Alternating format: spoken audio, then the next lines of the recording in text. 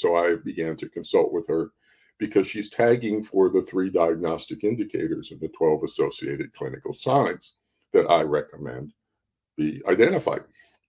If the 3 diagnostic indicators are present, there is no other explanation for those 3 symptoms other than a shared persecutory delusion and false attachment pathology created by a narcissistic borderline dark personality parent. That's the only explanation for that set of 3 diagnostic indicators. And what those are, I put them up on a diagnostic checklist for pathogenic parenting. You can go up and download it off my website. The 3 diagnostic indicators are attachment suppression towards a normal range parent. That's an impossible symptom. Okay, the prevalence of that symptom in the general population is 0. Children never, ever, ever reject a normal range parent. Problematic parents produce an insecure attachment. Normal range parent, you never see attachment problems because the attachment system is a goal-corrected primary motivational system of the brain, always maintains the set goal of establishing an attachment bond. So if that's a normal range parent, we should see a normal range attachment bonding motivation. Diagnostic indicator 1 is that a child is rejecting a normal range parent. That's not possible.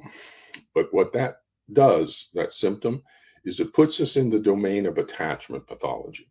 We're not dealing with ADHD or autism or depression or anxiety. We're dealing with attachment pathology. And with the attachment system, a child rejecting a parent, it's going to be caused by the parenting. The attachment system never spontaneously dysfunctions. It only becomes dysfunctional in response to problematic parenting. And at that level of severity, a child rejecting a parent, that is child abuse range. So the first rule-out diagnosis becomes possible child abuse by the targeted parent for that severity, a child rejecting a parent. The alternative diagnosis, if there's no child abuse by the normal range parent, which it's normal range parent, there's no child abuse, then it's shared persecutory delusion and child psychological abuse by the allied parent, producing a false attachment pathology in the child for secondary gain of manipulating the court and meeting their own needs. So we have a shared persecutory delusion and factitious disorder imposed on another, or child abuse by the targeted parent. Those are your differential diagnoses, and those will arise from diagnostic indicator 1. We have attachment system suppression towards a normal range parent. Prevalence of that is 0. How do we define normal range parent? Well, that's the parenting practices rating scale. So that's another rating scale up on my website. You can download it. Defines the parenting into 4 levels: abusive range, just under abusive range, normal range problematic, and normal range healthy.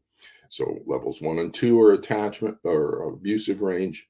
Levels 3 and 4 are normal range. And so the mental health professional just does a clinical interviews, talks to people. How do you discipline? How are you and decides on where that parenting practices of the targeted parent are located. That brings all the fighting around that issue to a close. We have clear documentation from the mental health people what their assessment of the parenting practices of the targeted parent are. Are they normal range or are they abusive range? So we can put that aside. Then we go to diagnostic indicator 1. Is a child rejecting a normal range parent? Yes. Boom.